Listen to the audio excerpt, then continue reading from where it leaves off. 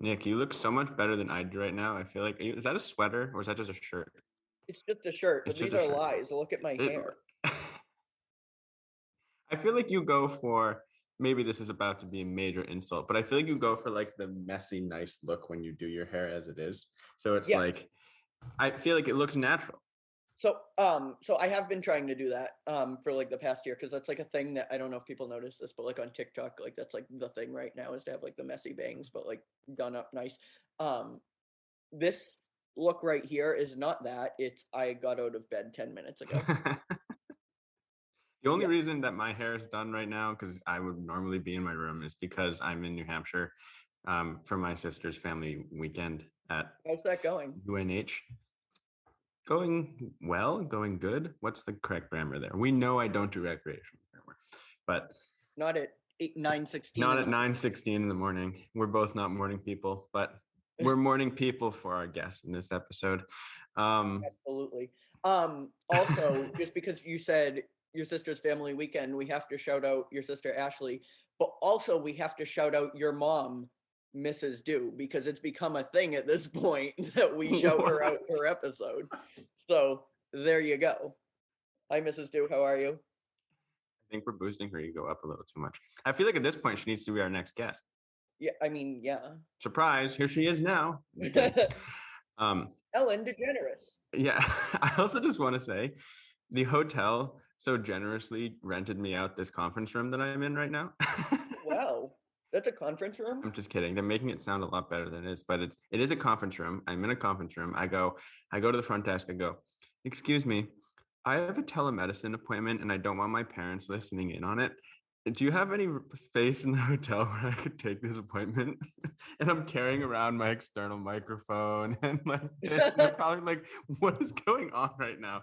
So thank you to the Sheridan for giving me this. I don't know. I think some cybercrime company is supposed to be in here, but I'm in here until we're done with this. So thank you, I Sheridan. totally, if I were with you, I would have been like, do you know who you're speaking to? This is Justin Dew of Point of View fame. I literally, when we went to the light show, I said it at one point. I was like, oh my God, it's Justin Dew from Point of View. I thought you were going to be like cybersecurity expert, like just do Yeah. cybersecurity expert, Yeah. also of Point of View. Yes.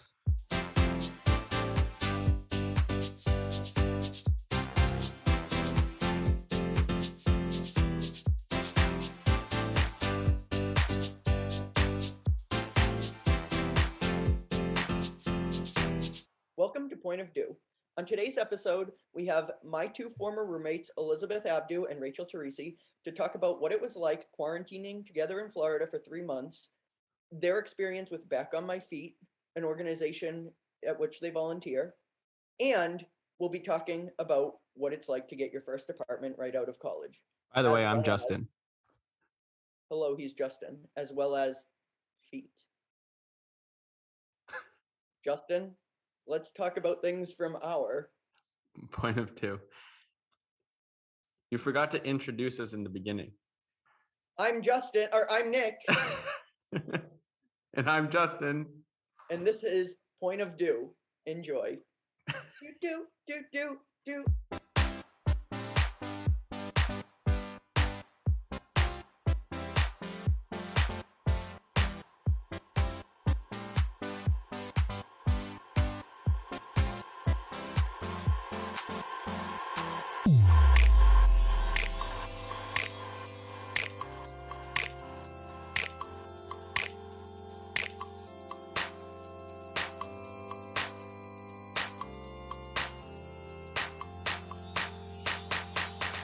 How are you? So, what's your like? I haven't asked you yet. How are you? I'm good. Um, I'm excited. This weekend is going to be super busy. Well, it's toward the end of the weekend, but I came up here on Friday, spent time with my sister, which was really nice. Kind of got to see what the UNH campus is like. Went to a volleyball game, which was really fun. And then later today, I'm flying to Loyola, which I'm really excited for. I love that. Yeah, so we'll see how that is. We'll see if I fit in. I'm sure you will. um, yeah, so but I'm excited to go. I'm going to mass at Loyola today, which would be really exciting. Get to see some friends. Can you do a huge favor for us and promote the shit out of it when you're there? I'll get the Maybe one of stamp. the I'll get the announcements. stamp or like the blue tape that approves that you can hang it up around campus, and I'll Yes. print a flyer out. Yes. No, I was thinking more like at the end of mass. At the end. I'm not working mass. Oh, H. That's okay. I'm just attending.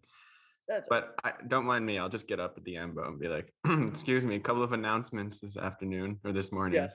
Yes. Point of View airs every Monday at 12 p.m. Eastern time. Yes. And I want to say this at the beginning of the episode instead of the end, because I feel like this is where we have the most engagement. The number one thing you listeners can do to help us is to share on Instagram, like share to your story, recommend to friends. We're very grateful for the amount of listeners we have. I've said this multiple times. I never expected it to be this way, but that is how we can continue to grow. And we very much appreciate that support. So yes. How are you, Nick? I'm good. I don't really have a funky fresh intro today. Like I've just been working. I've been very like you have been working. Now I know you explained this to me over text, but tell me what a shredding party is that you worked yesterday morning. It's not really a shredding party. It's a shred event. So what people do is it's mostly old people, I'm not gonna lie. They bring their like I hope they listen. Probably not. They bring their confidential information, like their confidential documents that they don't need anymore. They bring it to the event and they just watch it get shredded. So they have like, peace of mind, because they bring like boxes of stuff. Some people just bring it from like years and years that it's been compiled. Is it all work related stuff, or can it be also personal stuff you just need shredded? Basically, yes, what you need shredded. I'm telling you, people like they bring their cars in, they drive right through. Like it's a good time. I actually had Loyola. There was one that I went to for extra credit. Because what class gave you extra credit to go to a shred event? Exactly. Did we get the same degree? No. Well, no, I'm just saying, like, same level, like from the same university. I didn't get extra credit from a shred event. Oh, absolutely. We went,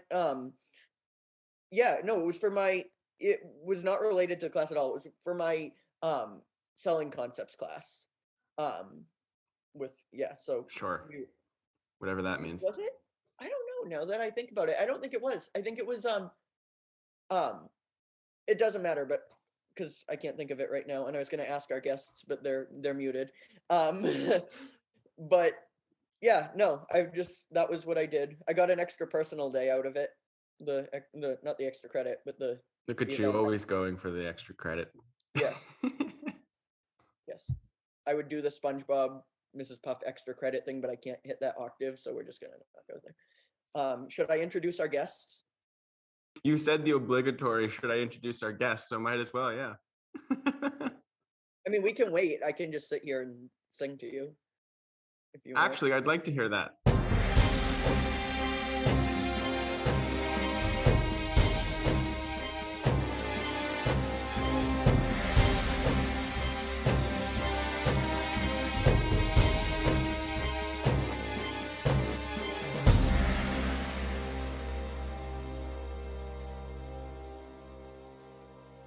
Let's introduce our guests. Okay, so we have two guests today. They were my former roommates right out of college. We spent a fever dream of 3 months together in Florida when the pandemic started, locked away. I met one of them in my Messina class, which if you're listening from Loyola, you know that's the freshman like intro class. One of them I met on my pre-fall with campus ministry. Elisabeth is one of the things I admire the most about her is her dedication to social justice. It's extremely inspiring. And Rachel is just one of the most genuine people I know. So without further ado, I said ado again, please welcome Elisabeth Abdoo and Rachel Turrisi. Hello. Yay. Yay. Here Virtual we are. clap. Virtual clap for sure. We've been waiting for this moment for so long. We're so excited to be here. I'm very excited too. When Justin texted me and was like, can you see if Elisabeth and Rachel can can do episode 14, I was like, can I text them? I like sent you a video asking you to do it. Send a carrier pigeon note. Yes. No, I literally sent a video in our group chat. You did, and then I forgot to watch it. Oh, I loved it. We figured you forgot to watch it because Justin was like, she had no clue what you were talking about. So I was like, what? So I saw Elisabeth last Monday at the Boston Marathon. She came up for the marathon. And I was like, oh, are you excited to be on the podcast next weekend? And she's like, what? And I was like, Nick, did you not tell them? And Nick's like, I think I sent a video. And I was like, oh, well, I don't know. I don't want to like, you definitely didn't watch it. But to be fair, you have been so busy. Yeah, I was doing a lot. Last weekend was the busiest weekend of my entire life, but Yes. I guess I could have told her. But I don't you live together? You know, what's going on there? We'll see. I want to hear about like living together later, but how are both of you? Well, I slept with the windows open, so my voice feels a little raspy and I'm a little coughy, but it's not COVID, it's just the windows. It's just the allergies. That's a fair.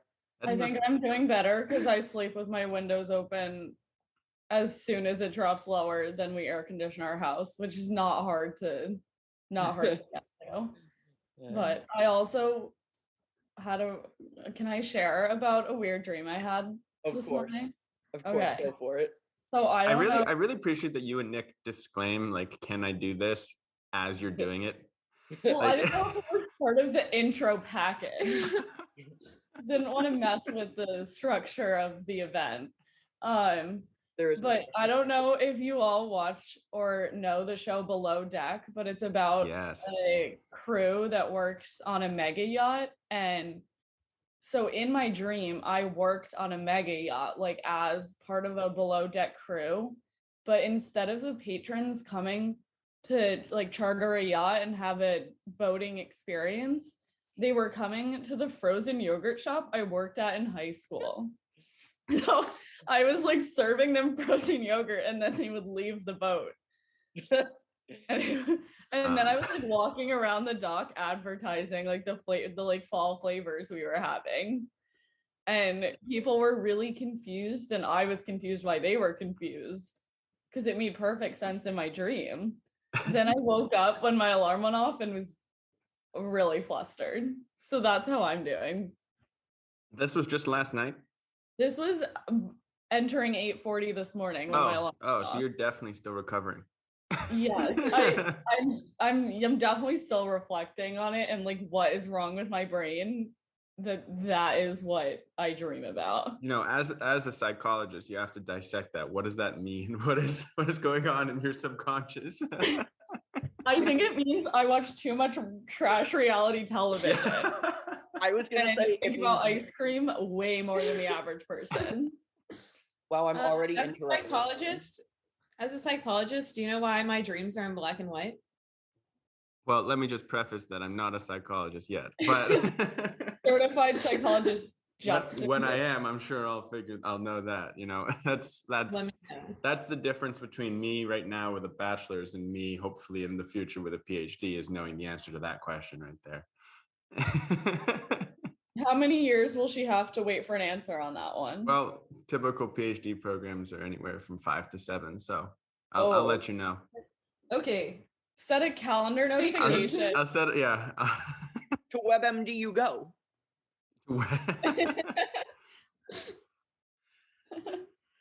Elisabeth, I mentioned you came up for the marathon last weekend. I think you got, I hate to badmouth my favorite airline, and I think your favorite airline as well. Yeah. But want to share what happened there? So I'll tell you the whole story, starting from the beginning of my weekend. So that weekend, I was running in the Baltimore Running Festival, which was on Saturday. I was waking up on Sunday morning. I was running 13 miles, which turned into 16 miles on Saturday. So I'm waking up sore on Sunday morning at 4 a.m. to hop on a plane to Boston for the Boston Marathon, to watch it, not to run in it, on Monday morning. I wake up at 4 a.m. on Sunday and look at my phone. We weren't planning, my alarm was set for 5, but I just like checked the time and I saw I had an email from Southwest and it was like, changes to your flight. And I was like, well, I hope this isn't my flight that I'm getting on in 3 hours. It was. So the email was like, okay, your flight's been canceled and you've been rebooked to Monday morning at 6 a.m. And I was like, that is not the same as Sunday at all. So I like come downstairs. Megan, who was flying to Boston with me, was sleeping on the couch. I was like, oh my gosh, Megan, our flight's canceled. I like traumatized her by waking her up with this bad. I wish we had her to tell that part of the story, because her retelling of you waking her up was traumatic. I woke her up really gently, but apparently like not enough. Megan's retelling went something along the lines of, Elisabeth came downstairs and she goes, Megan, I have the worst possible news. And she's like, oh my God, did somebody die? Okay, yeah. I don't think that that's exactly how it went, but if that's how she feels, like totally fair. I apologize to Megan for having woken her up in that traumatic way. But we were flying with our friend Beth, who is like a certified adult, and we called her and we were like, Beth, what do we do? And when your flights usually get canceled, like there's not 1,300 other flights that also got canceled. So like you can go to the airport and like find yourself another flight to get rebooked on. And so we were like, okay, we're going to go to the airport and talk to the people at the gate and be like, hey, can you get us on another flight? We get to the airport at 5:30 in the morning on a Sunday morning. I have flown on every busy flying day ever, and I've never seen an airport as crowded as it was at 5:30 in the morning last Sunday. So we were like, dang, I don't think we can wait in this line. This is crazy. We like checked and all the flights to Boston had been canceled. We like started reading the news that Southwest was like falling apart, and we hopped in a car and drove to Boston. It was crazy. We were tired. Not only did I get my flight refunded that they canceled, they also gave me a voucher for another flight. So I have like 2 free flights out of it. We love that. One I paid for, one is free. And so, yeah, I think they handled it well, but an unfortunate situation, especially for the people who were running in the Boston Marathon and had to find a way to get to Boston. Yeah, it was kind of a nightmare last week. I mean, so I've been told. I fortunately was not flying. I'm flying this afternoon though, so I will let you know what happens. My flight back was perfect on Monday. Well, that's good. Mm-hmm. They started getting their shit together. Mm-hmm. Good. If you couldn't tell, you can swear on this podcast. Might I remind y'all of the 4 Fs real quick? No, you can. Really you don't. No, that. I would. Remember, we said we're going to get as far away from the 4 Fs after that episode.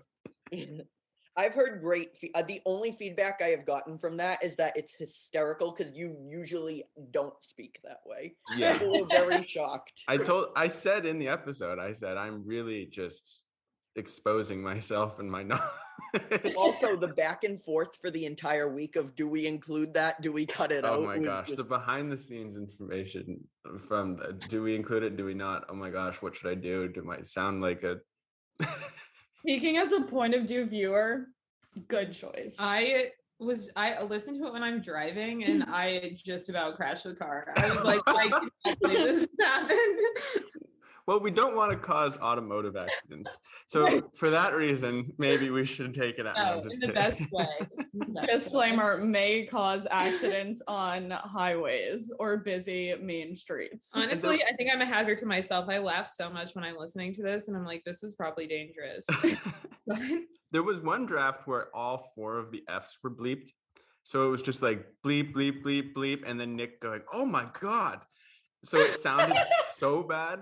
And then we're like, let's just bleep the last F, because then I go into detail later on about what they are, and that's the even worse part about it. And we're still talking about the 4 Fs.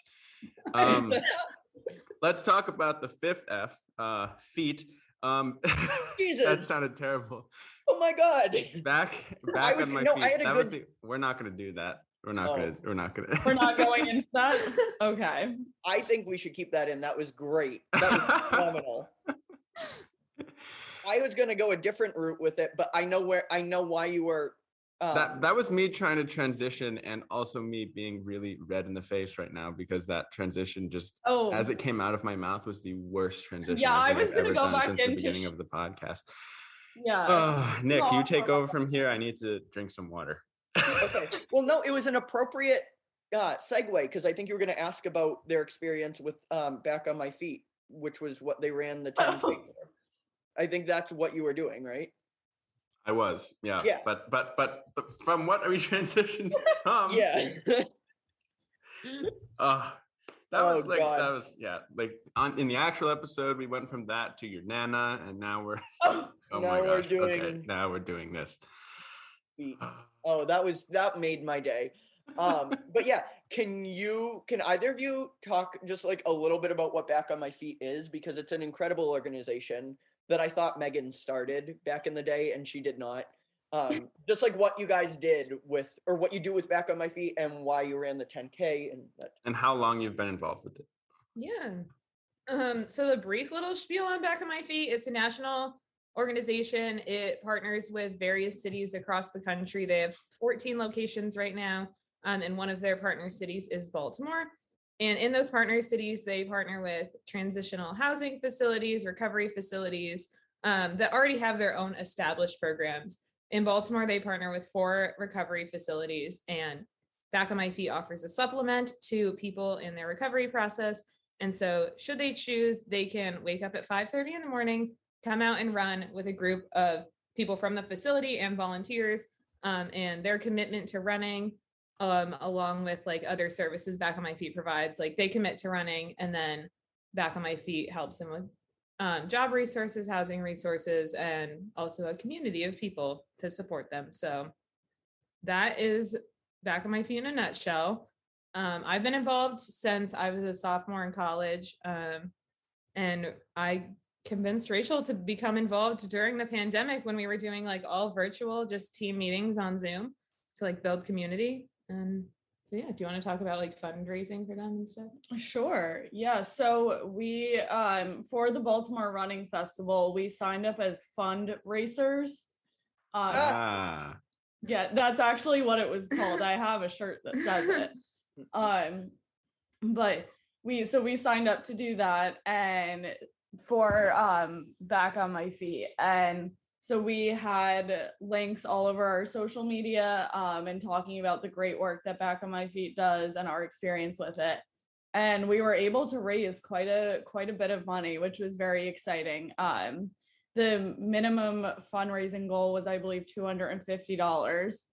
And we ended up raising way more than that. So that was very exciting. And that all culminated in the Baltimore Running Festival weekend, which was the best day of my life, I think, personally, but for multiple reasons. Running my first 10K and running in my first race ever was just an incredible experience. But even more so, the folks that we run with that are members of the recovery facilities, watching them reach this really monumental goal had me crying in the club, aka crying at the finish line when they all came running by. I was really having an emotional experience. It was just so awesome to see them working towards something that was getting them back on their feet. And they were so proud, and we were so proud. It was just an absolutely incredible day. Then one of my coworkers was asking me the Monday after, she was like, so now that you've done this, are you going to start sleeping in the morning? I was like, absolutely not. I'm completely hooked. Like, these are some of my best friends and the best people I know. And I, not being a morning person, am surprisingly very excited to wake up 4 mornings a week to go hang out with those people and also do some running as a side part of that. And something that's really cool about the Baltimore Running Festival and Back on My Feet is that the volunteers fundraise for it, but the members are also training for all the same races. And so every Saturday, in addition to our weekday runs, we do long runs on Saturday. And so like together we all accomplish running goals, and it's really, really cute. That's everything. Keep Rachel's Facebook for the most adorable photo of her and her training buddies crossing the finish line. We decided with their hands held. Yeah, we decided that the most appropriate way, we saw the cameraman at the finish line, and we decided that the most appropriate way to finish that race would be to hold hands and stick our hands up in the air. That's adorable. It's That's so awesome. Yeah, so I probably should pay to get that print on watermarked, but haven't done that yet. But it's a wholesome pick. That's how Justin and I finish each episode. Actually, we run to our halfway point and hold each other. Cool. So we should start running like right now, because we gotta get all the way up to Massachusetts. Okay. Well, thank you for sharing it. Also, I just want to say they also have a Boston chapter, and we have a lot of listeners in Boston. So if anybody's interested in that, and if you want to learn more, we can definitely put the website in the description of this episode.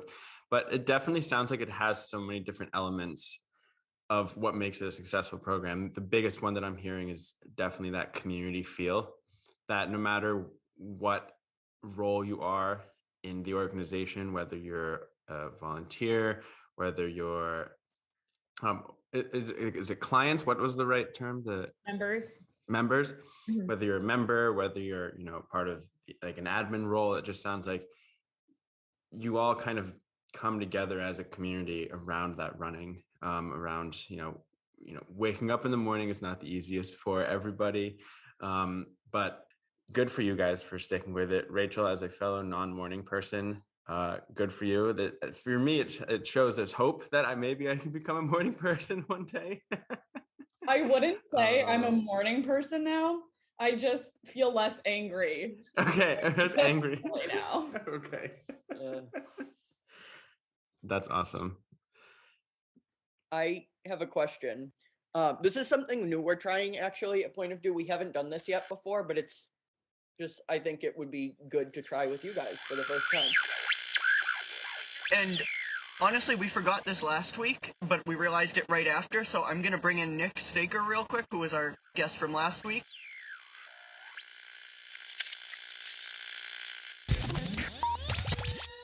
Okay, so I have a quick question. This is something new we're trying out. We haven't asked anybody this yet, but if you were a fruit, what fruit would you be and why?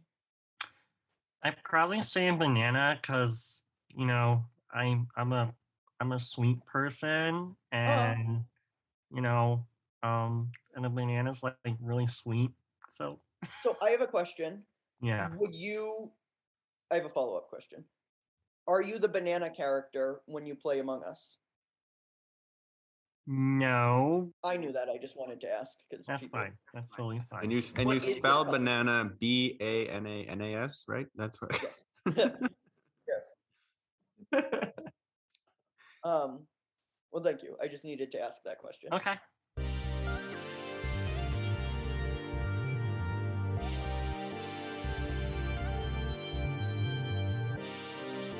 If you were a fruit, what fruit would you be?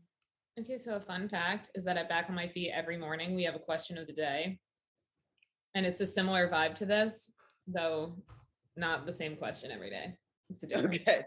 Well, yeah, this is the first time we're doing it. We're going to start asking guests. Gotcha. Oh, all right. Yes. I had an answer for this as I listened to the podcast like every single time, actually. Yeah, we might have said it once or twice before. I don't think I had. Honestly, every time I just think of a different fruit that I like. I think that's everyone related. I think that's what I can't ever relate it to anything. I'm just like, oh, today I think I like strawberries. I feel like you need to have an answer, though. You don't want to be the first guest to not have an answer. Oh, well, I'm going to say strawberry. I love that. I'm going to say a pineapple because I was watching SpongeBob last night. And that's just really on the brain. And how cool would it be to live in a pineapple? You could just like eat the wall when you're hungry and not need to go to the grocery store. Well, then you'd lose your home. Wait, so if you were a fruit, you would be a fruit because you would eat yourself? That is the 6th F. Fruit? Yeah, well, I that's what I thought you were gonna say when you're like the fifth F. I thought you were gonna say fruit, and I thought that would have been a better transition, and we're still No, it talking would about this not have. transition. We're gonna be I hope talking this about it doesn't for become a years. thing, but now it's definitely going to become a thing. Yeah. I'm just locking in my answer. I think I've dug too deep a hole to get myself out of it. Well, Justin, you have a friend, because Justin's also a pineapple. That's I am also fun. a pineapple. I've been thinking of switching mine to cherry because, like, avocados, like, I don't know, cherries also have pits. Nick, but then we have to implement a rule of how many times can you change your fruit, because this would be the second time you've changed it. Okay, but like I am fruity, so like. So then we I make an feel like exception? Like what? Yeah, kind of. I'm kidding. Nick. Well, no, I'm not, but yeah. Do you remember when you referred to yourself as a Fruit Loop to our landlord? No, did I really? I believe it was just to Elisabeth and I, but you were telling us that we should tell our landlord that you were a Fruit Loop, and therefore like something happened. That's incredible. Shout out to my former landlord. That's a good transition though. Wait, what did Elisabeth say her fruit? Yeah. She said a strawberry. Oh, strawberry. Okay. I thought you were like, I don't know, I'm a strawberry. Oh, But- no. All right. She's locked in. All right. Go ahead, Nick, with the transition. Well, do you have anything to add? Because I don't want to like To the fruit conversation? just anything. I'm good. Go for it. I was going to do the transition too, but you jumped right to it. Well, We're no, doing if you great have today. one. This is proof that we're not morning people. Yeah. Well, if you have one, go for it. Well, I was just going to say, you guys were talking about We have your landlord and yes. It totally relates to our landlord. Okay. And Nick being a Fruit Loop. So once upon a time, Nick and I are sitting on this very couch and we're setting up our Wi-Fi. And I was like, okay, Nick, like what should the username and password be or whatever? And so our dear friend Nick shares with me a password. I'm like embarrassed, but couldn't think of anything else. So it was like, whatever. Rachel is upstairs for like 3 minutes, comes back downstairs. And I was like, Rachel, we've set the Wi-Fi password. For the listeners, our Wi-Fi password is should we kiss ? All lowercase, no spaces. And Rachel was like, I can't believe I left you two to make this decision. I literally left for 3 minutes. How did this happen? And so one day our landlord was working from the house, like, because we were getting new windows and we had to tell him our Wi-Fi password. And let me tell you, it was embarrassing. That's wonderful. And we sent these screenshots to Nick that like we had to share the password with the landlord. And we were like, oh my God, Nick, like we just had to tell John the Wi-Fi password. And Nick was like, it's okay. You can just tell him that your third roommate is a Fruit Loop. That is what I said. There's the context. That's how Nick became a Fruit Loop. Yeah. Yes. I also, can you tell the story real quick of when Rachel froze asking where, because I can just, for some context.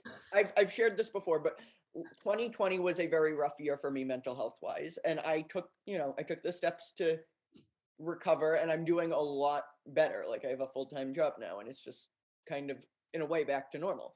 But I wasn't at our apartment for a very long period of time. We're talking months. And one day our landlord was over and noticed my absence and said, hey, I haven't seen Nick in a while. I'll let you take it from here, Rachel. All right. Well, I, for some reason, decided that I didn't want to share Nick's absence with our landlord for fear that we were breaking some part of our lease with him, which I understand that doesn't make sense, but I'm not great in the moment answering things.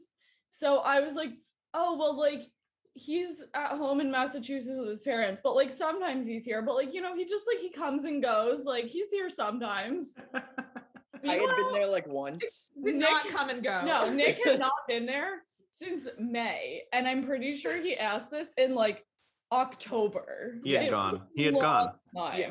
He didn't come, but he had gone. Elisabeth, I love your reaction to the story because you were standing there and you were like, I'm at the table and I'm just staring at her and I was like, I have nothing to contribute because I have no idea what she's talking about. But then you had to go along with it. Yeah, sure, John. Like, that's what's going on here. I rambled for so long. Yes, now our group chat between the three of us, which used to be called Together Forever, is now affectionately and appropriately called He Comes and Goes with the walking man emoji. This is honestly, we already kind of have a sneak peek of what it was like, but I know that, and Nick, you said this in introduction, that the three of you quarantined together when everything went kablooey in March of 2020. You quarantined at Elisabeth's parents' house in Florida, right? Yes. Shout out to them. I miss both of you if you're listening to this, Mr. and Mrs. Abdoo. So I wanted to ask, and I'll just open it up to anyone who wants to respond, but what was that like? What's it like? What's the dynamic like, kind of the three of you living together and living in an apartment together, but then also just generally, maybe for our listeners, what it's like kind of getting your first apartment after graduating, and especially in the year of COVID, obviously, but any advice or tips. But first off, what was it like living together, and especially in quarantine and stuff? I can to put it concisely, a fever dream. We'll elaborate. Let me spin you a tale real quick. So we were in Florida at the Abdoo home for spring break of 2020. And that was before COVID was like really a thing. It was like in China, but not really here yet. We shut down Disney. Yes, we did go to Disney, and we hand sanitized a lot, but like there were no masks worn or social distancing observed. But to be fair, it was before that was like recommended. Yeah. Yes. And so then we went back to Loyola for a total of 3 days. And then Loyola was like, oh, we're actually going to shut down for 2 weeks. So the three of us were like, woohoo, spring break part 2. Let's go back to Florida and let's drive there. Because now like there were no flights anywhere because like that people like the flights were shut down, I think. And so we took the 19-hour road trip back down to Florida and began a 3-month stay instead of 2 weeks. And there were the three of us, 3 adult children, basically. Then Elisabeth's brother, who is also an adult, arrived home. So there were 4 adult children, 2 certified adults, and a dog, all living in this home in Florida in retirement community land. My parents also would like to point out, like, put all of their furniture in storage when they moved and like refurnished their house. So they have enough bedrooms for everyone, but like one of them didn't have beds in it. So one day we're sitting at the kitchen table and we were like talking about how we were probably going to get stuck there for longer than 2 weeks. And they were like, we should probably just buy some bunk beds for the other room. So they just got some bunk beds for the room that didn't have beds in it. And we really made ourselves at home in Florida. I didn't realize we had actually purchased the bunk beds. This was like a very casual dinner. Oh, it was a very like spur of the moment conversation that we didn't think was actually going to happen. I feel like this was a common occurrence as of spring 2020, where like kids moving back home. It was, what wasn't common was other people's kids moving back home to your home, which I feel like was unique to your parents, Elisabeth. They loved it. They had the best time opening their home up. Our time in Florida was really interesting though. Like Rachel and I would make a dinner every 2 weeks. We would make a dinner menu and we would post it on the refrigerator so that the boys in the house like knew what we were eating every night, but like we would execute that dinner. And so they would just like come into the kitchen and be like, oh, what are we having for dinner? And just like read the refrigerator. It was so weird. The whole thing feels like it existed in a different universe. We would have pool parties on Saturdays, Friday afternoons, and we would drink Capri Sun in the pool. One of Elisabeth's, just us, because I'm pretty sure we zoomed one time when you guys were in doing your pool party. Yeah, probably. Well, one of Elisabeth's favorite anecdotes to share, she had her Selinger Scholars like bonus hour Friday afternoons between like 3 and 4, which is really when like the pool party ramped up for the day. So Nick and I would be walking around in the background like with pool noodles in our bathing suits and like Capri Suns, and Elisabeth would be on camera, and her teacher, who knew, I believe, both of Nick and I, she knew me at least, was like, is that Rachel walking around in her bathing suit in the background of your house right now? And Elisabeth was like, I'm not gonna lie, yes, yeah, that's completely the situation. We used to like mess with classes that we were in together. Like we would get on the same screen at some point and people, but like it would be after we were on separate screens for like the entire time. And teachers would be like, what? Like they would be so, and then we'd have to explain the whole thing. But the whole reason we were living together was because we were apartment hunting, and we had to do it virtually, which I don't think anybody's ever done in their entire life until this year. That's true. Right.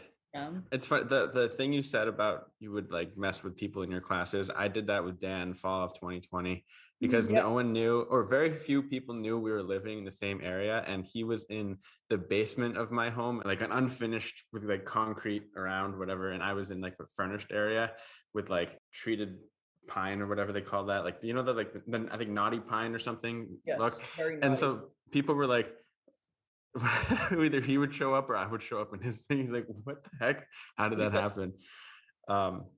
That's so funny. But yeah, so then you found an apartment in Baltimore, right? I have one more story before we transition. Okay.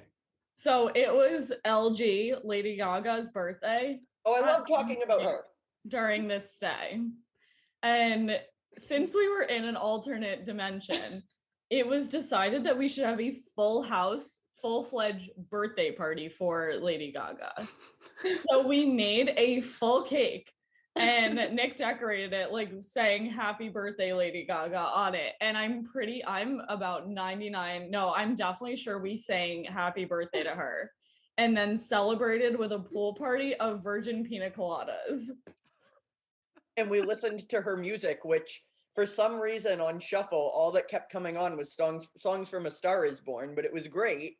It was great because like love that movie, and the soundtrack is like basically all her. The cake was also Chromatica theme. Also, what was it like living with a stan during the release of an album campaign? We did our part. We did. Rachel and I learned what it meant to do our part and stream songs over and over again so that it can show up on the top of the charts. Yes, we got it to number 5 on the Billboard Hot 100. And then Rain on Me, we got to debut at number 1. That was wild. I literally ran up to you when we were at our apartment. I was like, guys, guess what? Nick, I'm just now realizing your longest committed relationship is to Lady Gaga. Mm-hmm. And it's to a woman. Yeah. What else is new? Oh, man. I'm sorry, now we may transition. But that was an important anecdote to make sure we threw on in there. Sure. Did we also mention that I tucked you into bed for 3 months straight? Because that was something that you both requested. Did that continue when you moved into Baltimore? No. No, he stopped doing it. But then, like, it was kind of sad. We did make him come and turn off our light every night. Yeah. Yes. That you were both in different rooms, and I feel like at that point it would be like very creepy. I'm like, hi Rachel, good night Rachel. Like, and then go into it. You're like, dear, are you gonna come tuck us in? And I was always like, of course, here I come. Yeah, Nick would come tuck us in, and then we like Elisabeth in my bedroom and Nick's bedroom shared a bathroom like in the center. Like instead of a hallway in between them, it was a bathroom. And that is when Nick chose to take a shower. So he would turn on all of the lights and blast his music. After tucking Elisabeth and I in, like for supposed slumber, he would blast his music and take his like hour-long shower. And we were like, all right. But it was amazing. We loved it. What did you learn in that hour? You just said it the other day. What did I learn? She didn't learn anything. Oh no, she learned basically the entire catalog of Britney Spears. Oh, yeah. We did notice that. So we were watching Britney Night on Dancing with the Stars last week, and we knew every single word to every single song. And we were like, how do we know all of this? And we were like, oh, it's definitely from Nick showers in Florida for sure. Yeah, you hold it against me. Thanks to dear. I will never hold it against you. Did you get it? No, I know, I get it. So it's a lot of fun. So you guys mentioned that you did some virtual apartment hunting. And then eventually you guys did end up getting an apartment together. Do you guys have any tips for apartment hunting that you could give to our listeners? Especially if, I mean, COVID is still very much a thing, but especially if you're doing it virtually the way that you guys did. We found our place on Facebook Marketplace. Really?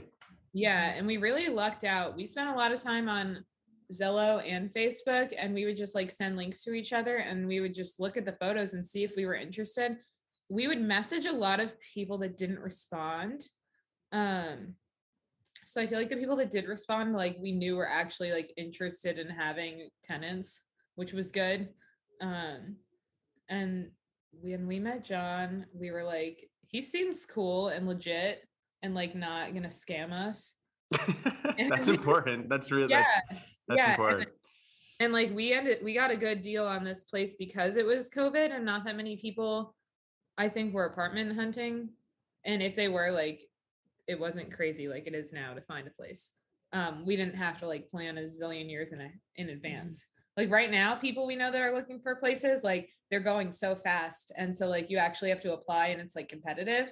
But for us, by the time we had like FaceTimed and introed with John, it wasn't like, he was like, apply. Yeah. Let me know if you like do want to live here. Yeah. And nice. So we hadn't seen the house before we moved in. We had just taken a blurry FaceTime tour because I don't know whether he was like connected to the Wi-Fi and it wasn't working or something, but so we didn't really have like he wasn't connected to Should We Kiss. Exactly.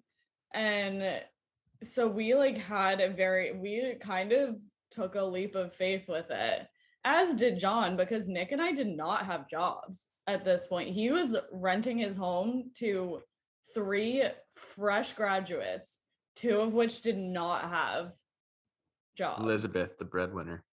Yeah. Surprise, Elisabeth pays the rent every month. I'm just squatting here. But do you remember? Yeah. It was. Do you remember sorry, I keep interrupting you. I'm gonna go shut up now. Please continue. What do you Nick, you were a part of this process? Well, I was just gonna ask, do you remember the one tour we did like 2 tours in person, like before the pandemic really ramped up, and there was one person that, speaking of scamming, was like, oh yeah, it's a 3-bedroom. We got there, it was literally his food pantry, like in the kitchen, and he was like, yeah, like no, the 3rd person just moved out, but she used to sleep here and she had like a mattress on here. He was totally lying. Like there was no 3rd person. He was trying to sell his 2-bedroom apartment or rent his 2-bedroom apartment to 3 people. Right up to like, he was like, yeah, she was able to fit like a dresser. There were shelves on every single wall. It was a food pantry. It was a walk-in food pantry. Wow. I remember that. And that was ridiculous. And we were like, we may be like young and not experienced, but how are you trying to sell this to us as a 3-bedroom house? So you just have to be careful about if you're doing it if you're house searching without someone who has more experience, just make sure that you're not getting taken advantage of, because unfortunately there are people who see young people and decide that they can take advantage of them. Make sure you're getting what you're paying for. Yes. And I know that's probably more prevalent with rent prices now too. Like we have got a great deal because we moved in May of 2020 when everyone was in deep lockdown. But I know that that's probably a more important thing to be aware of now if you're apartment searching. Yeah, that makes sense. And I'm curious, I mean, you guys seem like you get along very well, but do you have any advice for picking out roommates or rooming with friends and making that work, and what worked better, what didn't work as well? I mean, apparently one roommate has to tuck the other roommate in. That works well. But any advice there on how to live together well with friends, or did it just happen so seamlessly and you guys just made it work right off the bat and nothing went awry? So fun fact about us is we never lived together in college, which like no one really, I feel like everyone just assumed that we did. Yeah. Yes. So all three of us had never lived together in college. But so we all have had a variety of roommates, that's for sure, throughout our times in college. And this is definitely just like was easy. Yeah. I think we got very lucky that our three living styles happen to mesh very well together. Because I know some folks who have moved in with friends recently after graduating, and yes, they're great friends, but they're not necessarily great roommates together because their living styles don't mesh very well. And if there's not open communication, which is very difficult to do, that can cause tension. So I know some people that have experienced that. So I guess it's good to have like those tricky conversations about how you really are as a roommate and like what your living style is before you take the jump, which we didn't. We took the jump. It worked out very well. Apparently Elisabeth and I were meant to live together because we literally, once Nick had gone home, it was still like deep COVID lockdown, and we literally spent every single minute together in our home for about a year. And I don't know about you, but you're still sitting next to each other on a couch. Yeah, I was never like, get me out of here, which was kind of surprising because I like my Rachel time, but I don't really ever need my Rachel time when like in our house. Nick, do you have anything to add about advice choosing roommates, living together well with people? Yeah, it is so hard to live with friends. Not like I'm not saying this specific, just to reiterate what they said, like it is very uncommon, in my opinion, for friends to live well together. I just think like we've each individually, I think, experienced that in a sense. And Justin, I don't know if you can relate or not, but in Florida, I don't know what it, necessarily, like I don't think I can name what it was, but we just lived together. I don't know if it was because it was like a literal fever dream. We spent pretty much 24/7 together because we couldn't go anywhere. It worked very well. It just did. Like you're right about like we didn't like go into it like, well, first of all, we planned this for 2 weeks. Yeah. Like this was not a 3-month plan, but we had such a like just good time, but also just like I don't know if it was just an understanding that like, okay, this is like unprecedented time. We were graduating seniors that like were getting thrown at like more work than we would have if we were in person, and we are just like, okay, we don't really like care anymore. Like we did our work, but like it was very just monotonous. But we'd play. I think one of my favorite parts was playing board games at night. We're all big fans of board games, so we played a bunch of them, and it was like just that and our hot tub, like just our routine, like our weird routine that we created that would never work in any other lifetime except those 3 months. Like it was just really fun. You guys watching Jeopardy. And also, I do want to say though, for the people, like we did have so much fun. But for everybody that like yelled at us saying like we're jealous of you, Elisabeth and I were just talking about this. Like you got like to live with friends, like you didn't know. It's like, yes, but think about your college roommates. Like they become just your roommates, and obviously friends. Like your roommates usually stay your friends, but like it wasn't like a slumber party every night. I would agree. It definitely wasn't like party every day. Like Right. We still were living in a pandemic in Florida of all places, which was and still is the worst place to be from a COVID standpoint and like everything.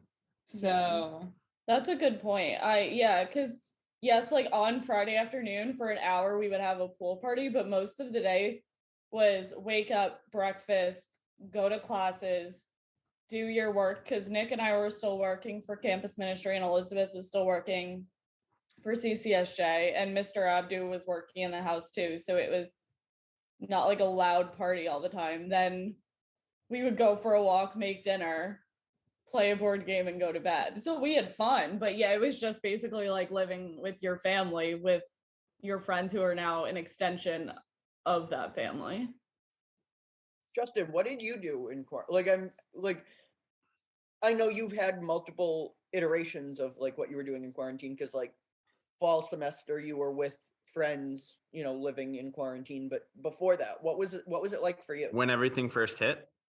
Yeah, just like the first couple months. Well, when we got the email that we were gonna be off campus for 2 weeks, my mom goes, bring as much not furniture, as much clothes as you can, because it doesn't seem like you're going to be back.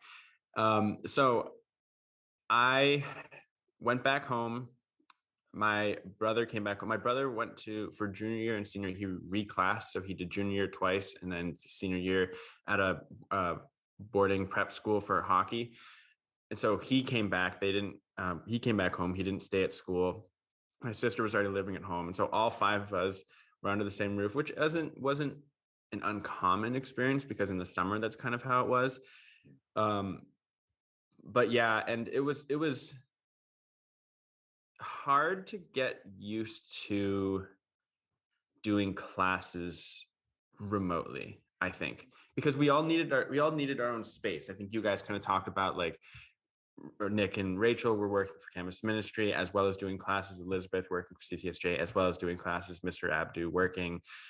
Maybe your mom was working too. Your brother was in school. Your brother was in school, and so it's just kind of finding where our spaces were was the most difficult thing, because my dad was also working, and then myself and my 2 siblings were all in class, and so trying to find where we could all do things at the same time. And if our Wi-Fi was going to handle it, was the biggest thing. I will say that the sport pickleball got me through quarantine. My family has a multi-use sport court in our backyard, and so we put the pickleball lines on, and so as long as the court was dry, we would play every day. And so that helped me through, because that was no matter when I had class, because you couldn't leave home really. So whenever I had class, I would then just go out, and we would all have a time. We'd go out and play pickleball, along with the dog walks, which I'm sure every dog owner would say they took their dogs on multiple walks because it was an excuse to get out of the house. But it was interesting. It was. But pickleball definitely helped. I didn't live with friends, but I got to live with friends in the fall, and that was a lot of fun. It brought the college experience to wherever we were, because we weren't able to go to Loyola. But yeah, that was my experience.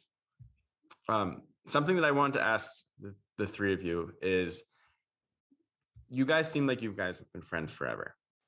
And so just because I like origin stories, I would like for all 3 of you, maybe Elisabeth and Rachel, and then Nick, go in that order, about how you guys met. As Nick mentioned in our intro, Nick and I met in Messina, which is the freshman seminar at Loyola. And so we met on our very first day. I guess it was before school started. They do like freshman orientation and stuff. And so that's where Nick and I met. And we were like Messina friends ever since then. Like, I think he and I will both tell you that we were each like the only person that each other liked in our Messina class, probably. So we stuck together. My favorite part about Messina was that Nick, it happened in our freshman dorm. So Nick would like roll in his pajamas to class like every single day. It was amazing. So yes, that's how I met Nick. And then I met Rachel. I didn't meet them like together. I met Rachel because Rachel lived in a different freshman dorm than I did. And one of my friends also lived in that freshman dorm, and they lived in the same nook. And they had this really, really, really weird, strong bond between all of them in their nook. And they would like sit on their own beds, but like yell to each other's beds that were like in different bedrooms, but like across. For those who don't know, there's first year dorms at Loyola. There's 2 buildings that have nooks. So basically, there are 3 or 4 rooms in one nook that share a bathroom.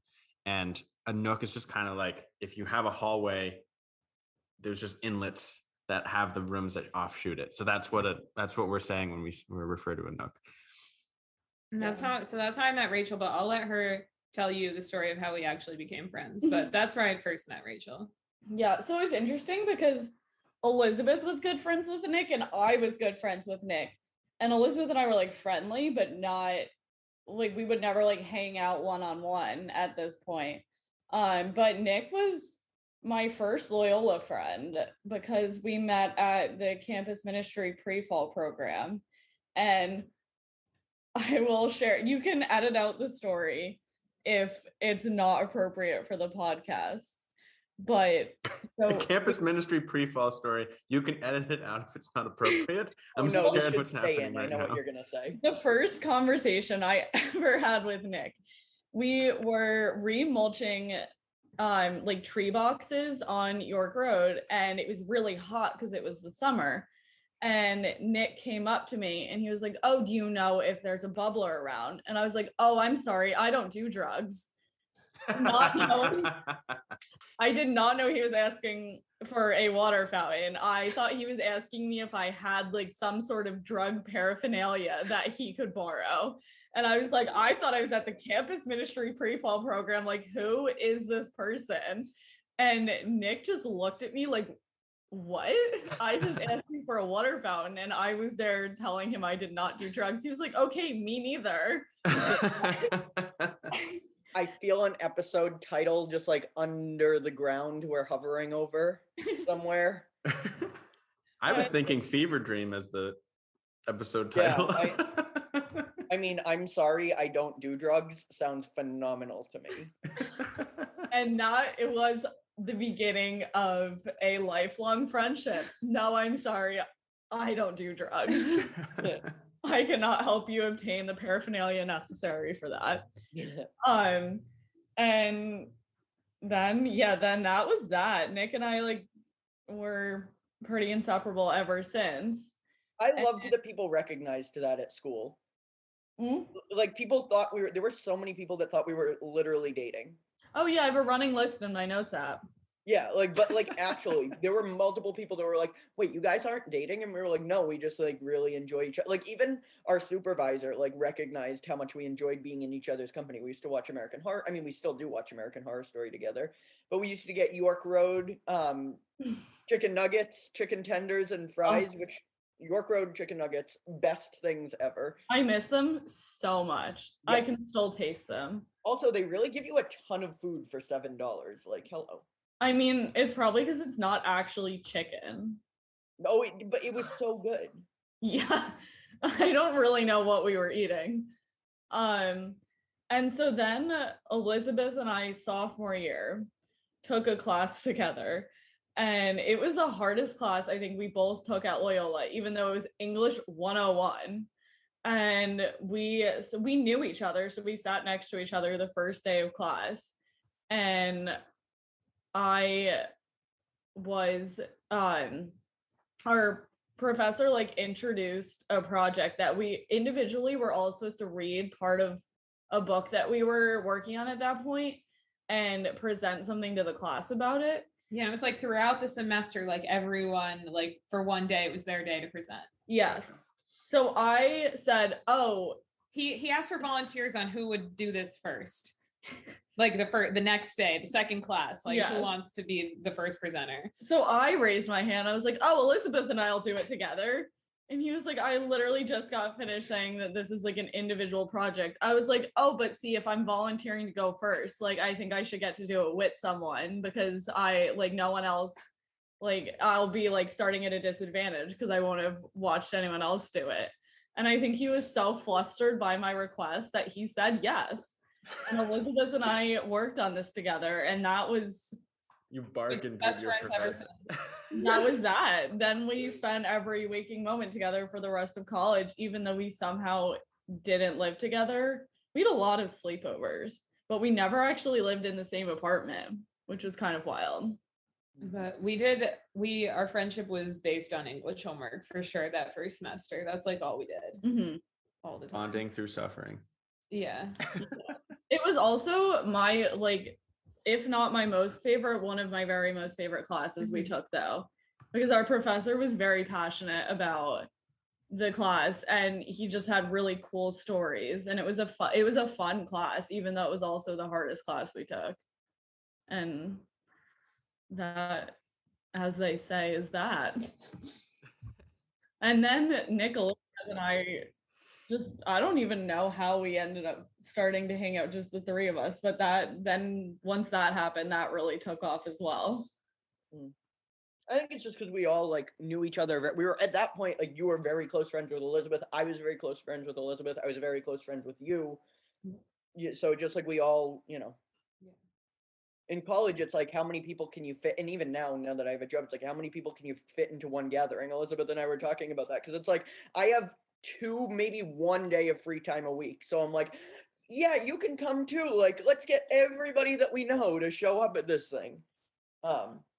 That's just how I like my gatherings to go anyway. I'm a social butterfly. So it's like mix and mingle. Everyone just come on. Now. You can come too. Not to be like everyone always wants to hang out with me and Rachel, but we have a pretty packed social calendar. So like, yeah, we're hanging out with so and so, but like, yeah, come to that because we don't have another time that you can hang out with us. I literally think that it would benefit us to start an Excel sheet of our week, and then we will fall over from exhaustion. I've been telling you both for years that you're really cool and you always denied it. But like, this is proof. People like genuinely want to be around you.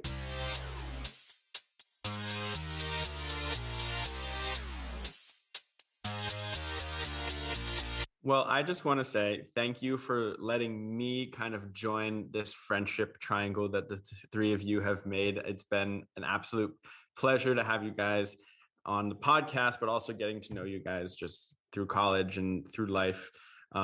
We really appreciate you being here today and fitting us in. As we know, we were apparently we're fit in, Nick, today. So you're number one on our list of priorities. Okay. Oh, whoa. Okay. So any plans we had to do this podcast, we were ready.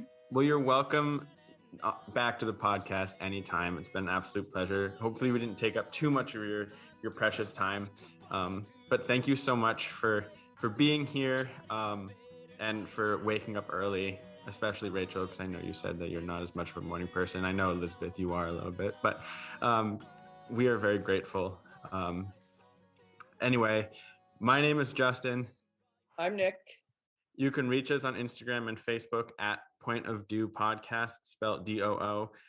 all one word, or by sending us a voice message on our website, anchor.fm/pointofdue. If you enjoy our show, give us a rating or review in the Apple Podcast Store, or as Nick said in the beginning, share us with a friend or family member. We would really appreciate it and are truly grateful for all of your support. As always, we hope you have a wonderful week. Thank you for listening, and until next time. Everyone say it. H. I'll never force myself